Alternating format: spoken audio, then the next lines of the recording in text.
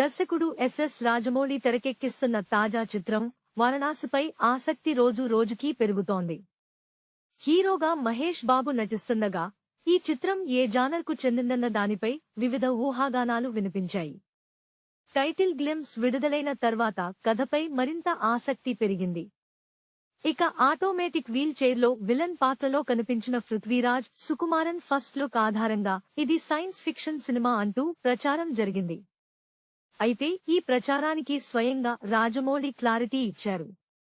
తాజాగా ఇచ్చిన ఇంటర్వ్యూలో ఆయన మాట్లాడుతూ, వారణాసికి సైన్స్ ఫిక్షన్ ఫీల్ ఉన్నా ఇది ఆ జానర్ సినిమా కాదని స్పష్టం చేశారు. ఇది ఫాంటసీ, మైథలాజికల్ మూవీ అని వెల్లడించారు. ఆర్ఆర్ఆర్ విజయంతో ఎలాంటి ఒత్తిడి లేదని రాజమౌళి తెలిపారు.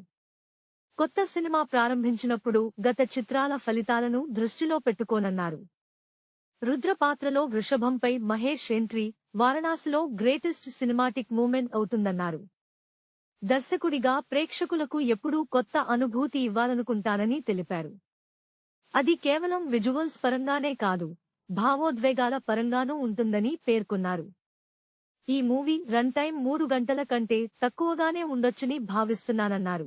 పూర్తి సినిమాను ఐమాక్స్ వెర్షన్లో తెరకెక్కించాలని భావించినప్పటికీ కొన్ని పరిమితుల కారణంగా కొన్ని సన్నివేశాలనే ఆ ఫార్మాట్లో రూపొందిస్తున్నామని తెలిపారు.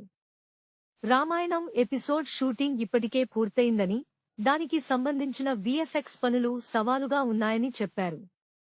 ఈ భారీ ప్రాజెక్ట్ వారణాసి ఏప్రిల్ 2027న ప్రేక్షకుల ముందుకు రానుంది.